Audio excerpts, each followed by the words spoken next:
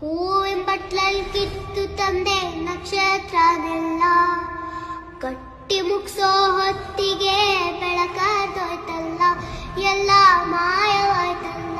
ಆ ಸರ್ವಶಕ್ತಿಯ ಕೃಪೆ ಅನ್ಸುತ್ತೆ. ಇನ್ನೇನು ಮುಗೀತು, ನಾವು ಮುಂದೆ ಏನೂ ಮಾಡಕ್ಕಾಗಲ್ಲ ಅಂತ ಬೇಜಾರಲ್ಲಿರ್ಬೇಕಾದ್ರೆ ಈ ವ್ಯಕ್ತಿ ಇಷ್ಟು ದಿನ ಅದೆಲ್ಲಿದ್ನೋ ಗೊತ್ತಿಲ್ಲ, ಆದ್ರೆ ಈಗ ಮುಂದೆ ಬಂದಿದ್ದಾನೆ. ಸ್ವತಂತ್ರ ಭಾರತದ ಇತಿಹಾಸದಲ್ಲೇ ಇಂತಹ ಪ್ರಕರಣ ಮತ್ತೊಂದಿರಲಾರದು.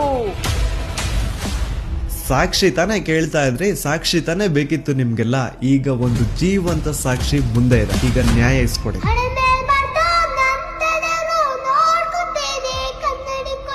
ಅದೇ ಒಂದು ನೇತ್ರಾವತಿ ನದಿ ತೀರದಲ್ಲಿ ಡೈಲಿ ಒಂದು ಹೆಣ ಬೀಳೋದು.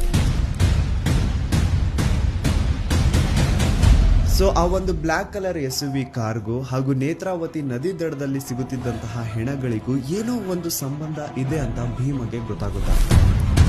ಈವನ್ ಸಿಗುವಂತಹ ಡೆಡ್ ಬಾಡೀಸ್ ನ ಸಹವಾಸಕ್ಕೆ ಪೊಲೀಸರು ಹೋಗ್ತಿದ್ದಿಲ್ಲ. ಸೊ ಯಾಕೆ ಅಲ್ಲಿನ ಪೊಲೀಸ್ ಅವ್ರಿಗೆ ಯಾರ್ದು ಅಂತ ಭಯ ಇತ್ತು? ಅವಳು ಬಾಡಿನ ಒಂದು ಕಡೆ ಮಣ್ಣು ಮಾಡು ಅಂಡ್ ಅವಳಿಗೆ ಸಂಬಂಧ ಪಡುವಂತಹ ವಸ್ತುಗಳನ್ನ ಇನ್ನೊಂದು ಕಡೆ ಮಣ್ಣು ಮಾಡು.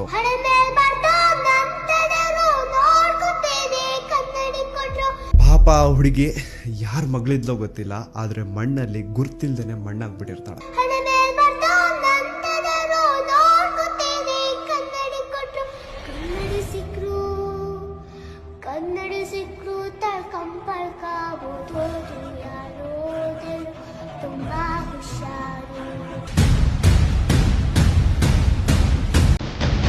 ಅಂಡ್ ಈಗ ಅಸಲಿ ಆಟ ಶುರು.